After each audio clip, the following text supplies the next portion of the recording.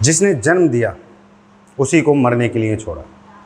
एक इंसान जब पेड़ लगाता है तो या तो उससे फल पाने के लिए या फिर उसकी छांव में बैठने के लिए, और पेड़ लगाना कितना सवाब है ये सभी जानते हैं।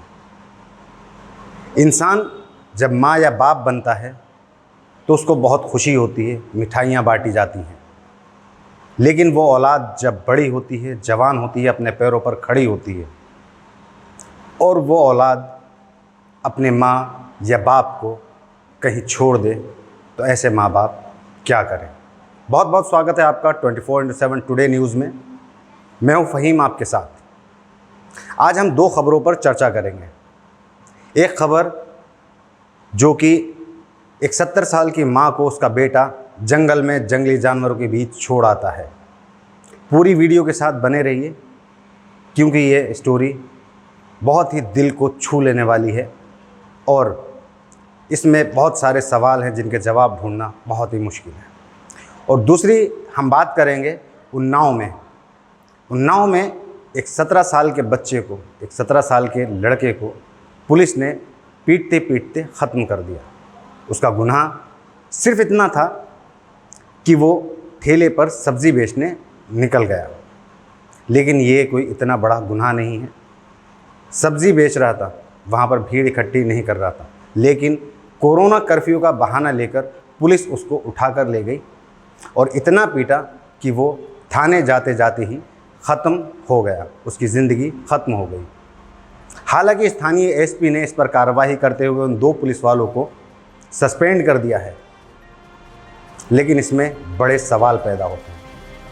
इन दो खबरों पर हम आपके साथ चर्चा करेंगे, तो बने रहिए हमारी इस वीडियो के साथ और देखिए ये ख़ास वीडियो। उन्नाव में कोरोना कर्फ्यू के दौरान सब्जी का ठेला लगाना एक लड़के को भारी पड़ गया। आरोप है कि पुलिस ने सब्जी विक्रेता को कर्फ्यू का उल्लंघन करने पर इतना पीटा कि उसकी मौत हो गई। घटना की जानकारी जब स्थानीय लोगों को हुई तो सैकड़ों की संख्या में लोग सड़क पर उतर आए। लोगों ने उन्नाव लखनऊ हाईवे पर शव रखकर चक्का जाम कर दिया। 5 घंटे तक चले इस हंगामे के बाद एसपी ने आरोपी पुलिसकर्मियों को सस्पेंड कर दिया।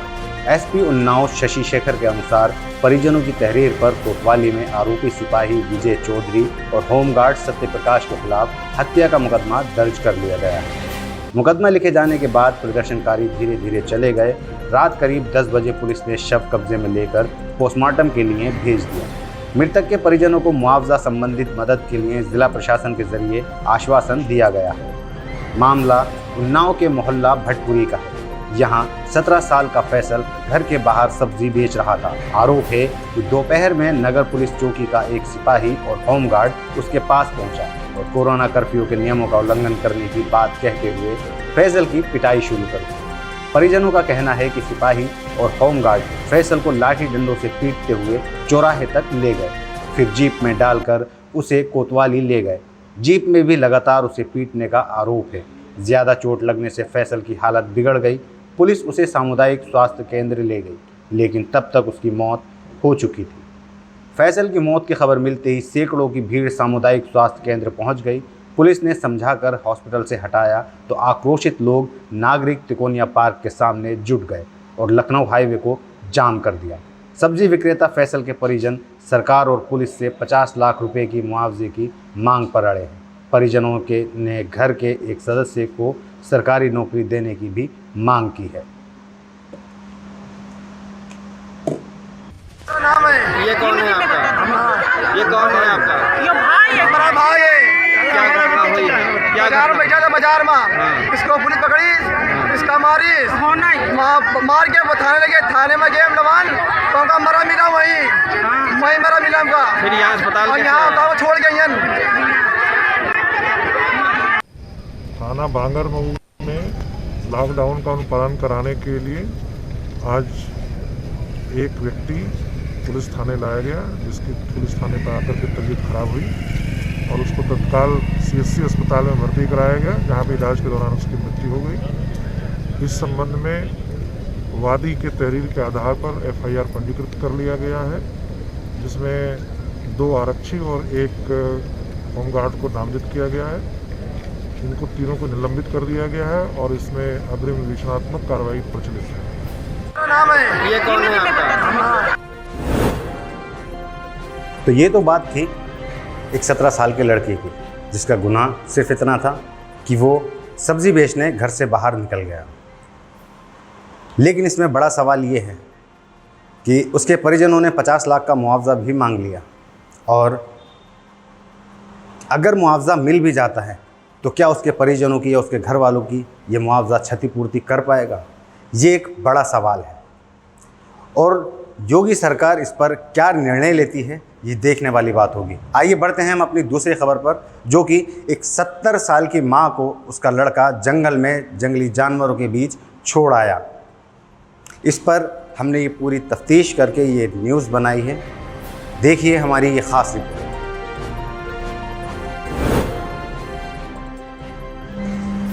जानवरों के खतरे के बीच महिला दिन भर भूखी प्यासी पड़ी रही। लोग मदद को पहुंचे तो बोली, बेटा ज़रूर आएगा। महिला ने रेंग रेंग कर जंगल पार करने की कोशिश की। आधा किलोमीटर तक निशान मिले। मदद के लिए पहुंचे पास के गांव के लोगों ने उसे खाना खिलाया और घर पहुंचाया। हर माता पिता को उम्मीद होती है कि बुढ़ापे में बच्चे सहारा बनेंगे, लेकिन ये उम्मीद तब टूट जाती है जब औलादों को माँ पिता बोझ लगने लगते हैं। राजस्थान के कोटा में एक ऐसा ही मामला सामने आया है, जहां एक कलयुगी बेटा अपनी 70 साल की मां को घर से 10 किलोमीटर दूर कोलाना गांव के जंगल में छोड़ आया। 2 दिन तक बुजुर्ग महिला भूखी प्यासी जंगल में पड़ी रही, क्योंकि अपने पैरों पर चल नहीं सकती थी। इस बीच बेटे को एक बार भी रहम नहीं आया कि जिसने जन्म दिया उसका जंगली जानवरों के बीच क्या होगा। इसके बावजूद माँ का दिल देखिए कि उसे भरोसा था कि बेटा ज़रूर आएगा, लेकिन उसकी ये उम्मीद गलत थी। बेटे ने तो बुज़ुर्ग माँ का भरोसा तोड़ ही दिया, लेकिन आगे जो हुआ उससे इंसानियत पर भरोसा ज़रूर गहरा हो जाएगा।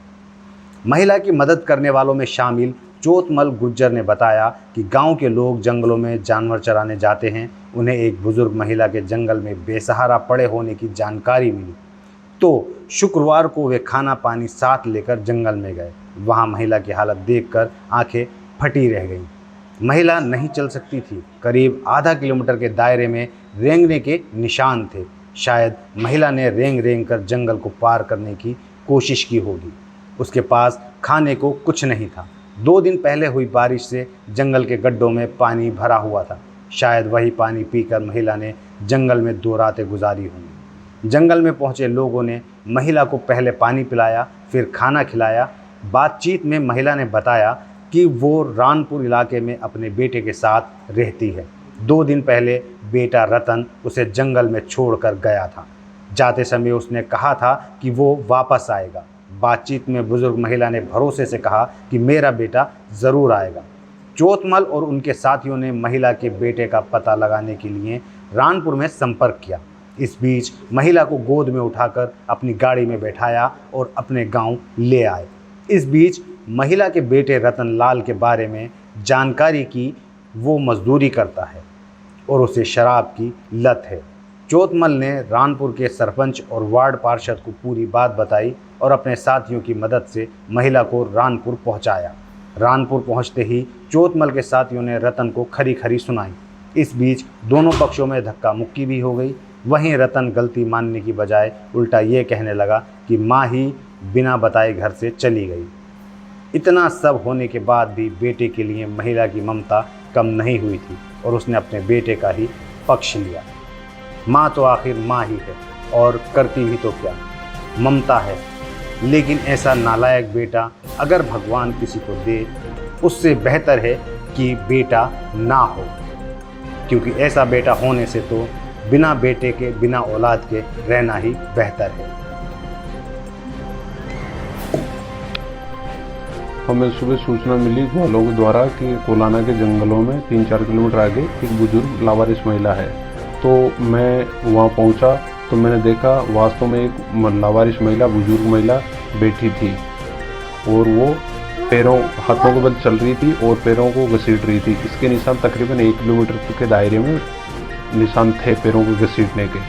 और जिस जगह महिला थी वो काफ़ी खतरनाक एरिया, वहाँ लखड़ बग्गे, सियार, भेड़िए, कई तरह के खतरनाक जानवर रहते हैं वहाँ। और महिला से जब पूछा गया तो महिला ने बताया कि मुझे मेरा बेटा रतन यहाँ छोड़ के गया और वापस आया नहीं, और लगभग महिला 2 दिन से वहाँ थी। फिर उसके बाद मैंने ग्रामीणों को बुलाया और कुछ खाने पीने की व्यवस्था करवाई, उसे खाना खिलाया अपने घर से ला करके, और पानी की पीने की व्यवस्था करवाई, और उसके बाद उसको रेस्क्यू किया ग्रामीणों के द्वारा गाड़ी मंगवा करके। उसमें उसको हम कोलाना लाए। कोलाना लाने के बाद हमने वहाँ के स्थानीय पार्षद से संपर्क किया, पूर्व सरपंच से संपर्क किया। फिर वो भील समाज से थी और पार्षद और पूर्व सरपंच भील समाज से, उन्होंने अपने समाज के व्यक्ति भेजे। उस महिला का पुत्र भी वहाँ आया। फिर हमने उसके साथ समझाइश की और उसके पुत्र ने कहा कि मैं आगे से ऐसा नहीं करूँगा। और उसके बाद हमने जो यहाँ के बीट कांस्टेबल उससे भी संपर्क किया। उन्होंने कहा कि हम इसे पाबंद करेंगे और आप महिला इसके सुपुर्द कर दो। फिर हमने महिला उसके सुपुर्द कर दी। अब महिला की जिम्मेदारी उन्हीं की भील समाज और उन्हीं के पुत्र के ऊपर है, और हमने पूर्व सरपंच लटूर जी और पार्षद साहब के कहने पर उन्हें सुपुर्द कर दिया।